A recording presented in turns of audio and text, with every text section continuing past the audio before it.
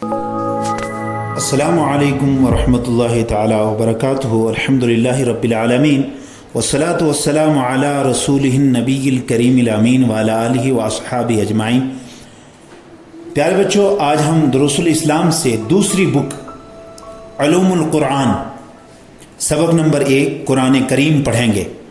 कुरान करीम खातिमुल अंबिया हज़रत मुहम्मद सल्लल्लाहु ताला अलैहि वसल्लम पर जिब्राइल अमी अलैहिस्सलाम के ज़रिए नाजिल किया गया। कुरान करीम खातिमुल अंबिया जो आखिरी नबी हैं हज़रत मुहम्मद सल्लल्लाहु अलैहि वसल्लम, उन पर कुरान अज़ीम किस तरीके से नाजिल किया? हज़रत जिब्राइल अमी के ज़रिए नाजिल किया। हज़रत जिब्राइल अमी अल्लाह रब्बुल इज़्ज़त की बारगाह से आयत ब आयत कुरान अज़ीम को लाते गए और हुज़ूर अलैहिस्सलाम की बारगाह में सुनाते गए। ये अल्लाह ताला का कलाम कदीम है, ये अल्लाह ताला का कलाम कदीम है। इसे ज़ुबान से पढ़ा, कानों से सुना और जहन में महफूज किया जाता है। इसे ज़ुबान से भी पढ़ा जाता है, कानों से सुना भी जाता है, लेकिन बड़ी खुसूसियत यह है कि इसे जहनों में महफूज किया जाता है। हाफिज अपने जहन में, दिलो दिमाग में इसे ज़ुबानी याद कर लेता है, यानी महफूज कर लेता है। ये मसाहफ में लिखा भी जाता है, यानी मसाहफ के माने हैं और यानी वर्क, औराक, बाकी कागजात, यानी बाकी नोटबुक पे भी आप अगर दूसरा कुरान पाक अपने हाथ से लिखना चाहते हैं, लिखा भी जाता है। कुरान करीम की बेशुमार खुसूसियतें हैं। तो पहली खुसूसियत क्या है? कुरान करीम पढ़ना इबादत है, जिसके पढ़ने का सवाब आलिम और गैर आलिम दोनों को हासिल होता है। कुरान करीम पढ़ने वाले को भी, चाहे ये आलिम हो या गैर आलिम हो, दोनों को जो है बराबर सवाब हासिल होगा। तो दूसरी खासियत क्या है? कुरान करीम तवातर से साबित है। तवातर कहते किससे हैं? तवातर ऐसी रिवायत को कहा जाता है जिसके रावी इस हद तक पहुंच गए हों कि आदतन जिनका झूठ पर अजमा मुहाल हो। तो अजमा भी समझा दूं ताकि आपकी समझ में आ जाए। अजमा का मतलब है किसी चीज का पुख्ता इरादा करना, यानी रावियों ने ये पुख्ता इरादा कर लिया कि वो हरगिज झूठ नहीं बोल सकते। तो नंबर तीसरी खासियत क्या है? कुरान करीम मुअज्ज़ा है, क्योंकि कुरान करीम तमाम किताबों पर गालिब आ गया। कुरान करीम मुअज्ज़ा, मुअज्ज़ा कहते किससे? इसके माने भी समझा दूं। अकल को हैरान कर देना, अकल को मजबूर कर देना।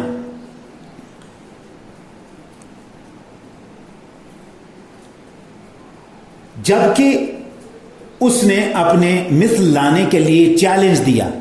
कुरान अज़ीम ने अपने मिस्ल लाने का चैलेंज दिया, बस तमाम मखलूक का इसके चैलेंज के आगे आजिज रह जाना मुअज्ज़ा है।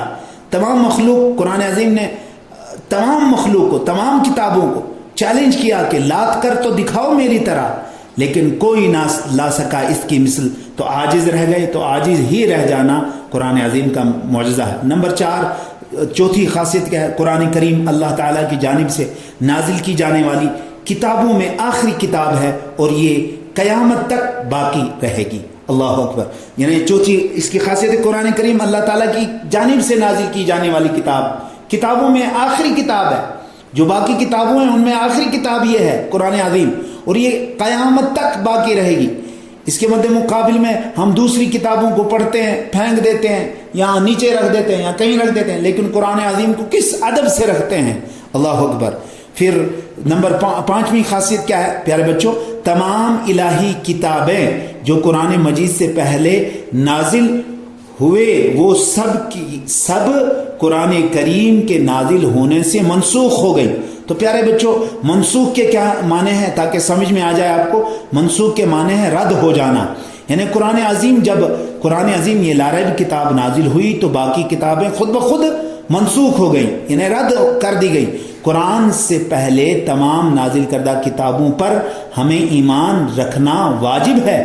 जो उससे पहले किताबें आई हैं, तौरात, ज़बूर, इंजील, तो ये किताबें, इन पर ईमान रखना हम पर वाजिब है, ज़रूरी है। یہ اللہ ہی کی طرف سے آئی، مگر اس کے احکام ہم پر لاگو نہیں ہوتے، اس کے حکم جو ہیں وہ ہم پر لاگو نہیں ہوتے۔ نمبر 6، قرآن کریم میں تحریف و تصحیف نہیں ہوتی۔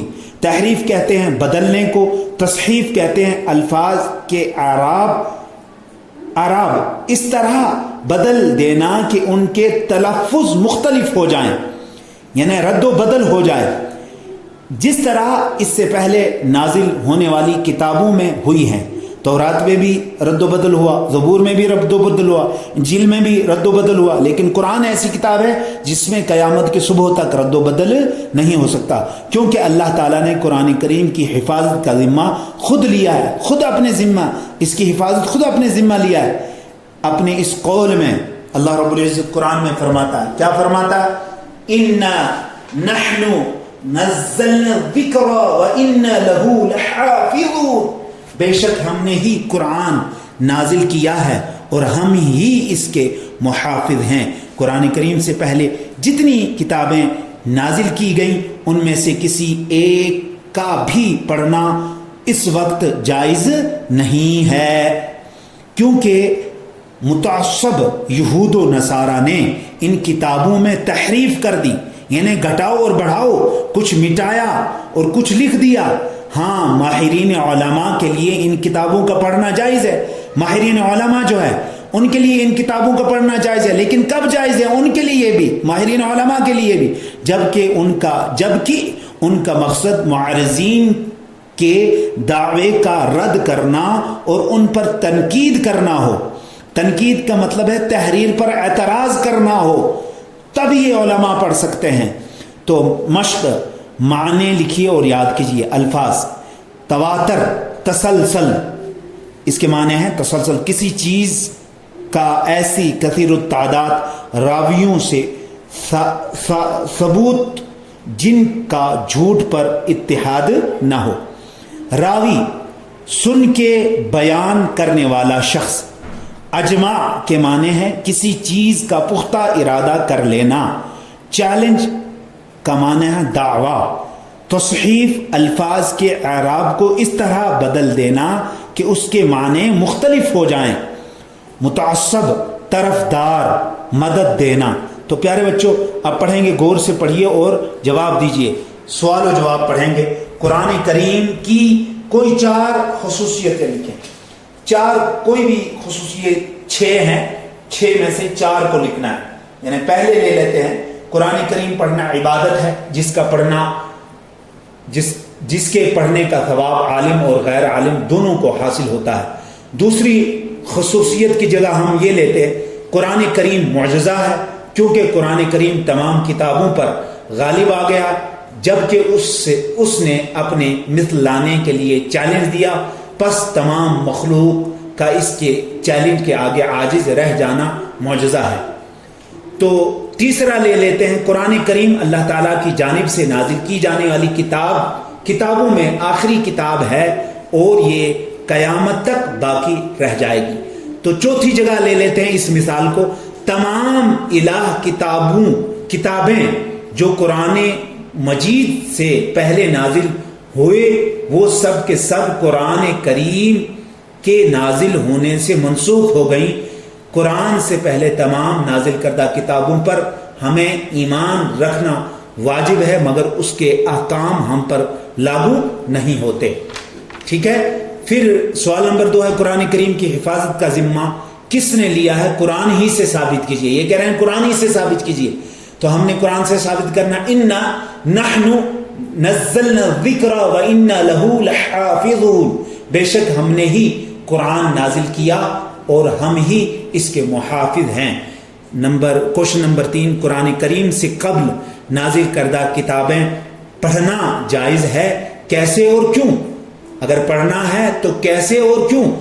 تو اس کا جواب ہے، قرآن کریم سے پہلے جتنی کتابیں نازل کی گئیں ان میں سے کسی ایک کا بھی پڑھنا اس وقت تک جائز نہیں ہے، کیونکہ متعصب یہود و نصارہ نے ان کتابوں میں تحریف کر دی۔ ہاں، ماہرین علماء کے لیے ان کتابوں کا پڑھنا جائز ہے، جبکہ ان کا مقصد معارضین کا دعوے کا رد کرنا اور ان پر تنقید کرنا ہو۔ ٹھیک ہے بیٹا؟ وآخر دعوانا الحمد للہ رب العالمین.